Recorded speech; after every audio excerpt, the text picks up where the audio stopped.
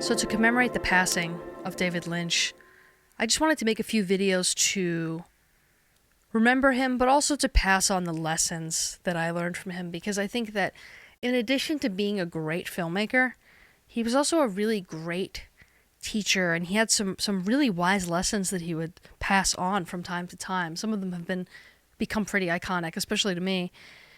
He had this one saying, and he would say, "Focus on the donut, not the hole." And what he meant by that was to focus on what's there. Focus on the positive. Focus on the good thing. The donut is sweet. The donut is nice. The donut tastes great. But the hole is endless. The hole is bottomless. The hole is the negativity. The hole is the things that if you focus on them, nothing good will come of it.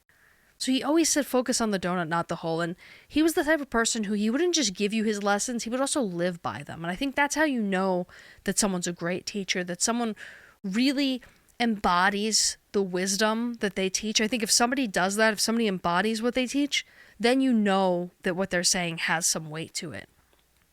And there were many times in David Lynch's career when he could have focused on the negative, and he didn't. He always found a way to focus on the positive. He always found a way around whatever it is that was happening that wasn't working out. I heard a story where he talks about he's making a film, and it actually wasn't David Lynch. It was someone who worked on the crew for him. And there was a scene that they shot, and David Lynch loved it. He thought it was a great take. But the camera crew said to him, we have to do it again. She was coming in at a focus as she was walking. And David Lynch said, great, audiences have to get used to seeing different types of focus. He just found the positive in that situation and went with it. Wasn't worried about what people would think. Wasn't worried that, the conventional thing to do is to have this completely in focus. Wasn't worried about that at all. He just took the positive, was happy with it, and ran with it. And there were so many instances in his life of where he did this. There was a time when he was, after he had shot Inland Empire, he thought that Laura Dern should have been considered for the Oscar. But there wasn't any budget to send out packets or consideration information to the people who judge. I don't know exactly how it works. So what he did was he went on Hollywood Boulevard with a huge sign that said, "For your consideration, Laura Dern," and a cow. And this was all over the news. There's videos of this. You could see it on social media. You could find it on YouTube. And it's so iconic, and it's so much more memorable than any of the conventional things that they could have done to help Laura Dern be considered for an Oscar.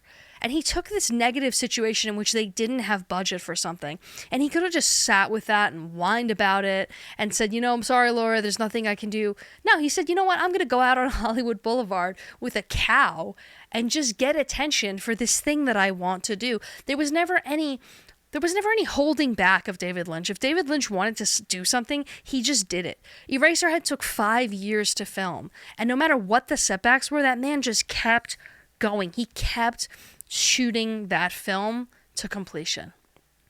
And there's been other times in his life too. There's been, the struggles that he had on the set of Dune, and he didn't let that get him jaded. He didn't let that make him stop his career or never shoot another film again, even though he didn't have creative control. He took the lesson from that and he moved forward with it. And the lesson was that he didn't have final cut. He didn't have final control of what the final cut of that movie was, and the studio had different ideas than him on what it should be, and so it came out in a way that he didn't like. And he had some back and forth about this. He talked about this a bit, but really what he did was he just walked away from it with the lesson that, okay, I have to ask for final cut with my films. And that's what he did, and he just moved forward. He didn't let it hold him back. He didn't let it ruin his career.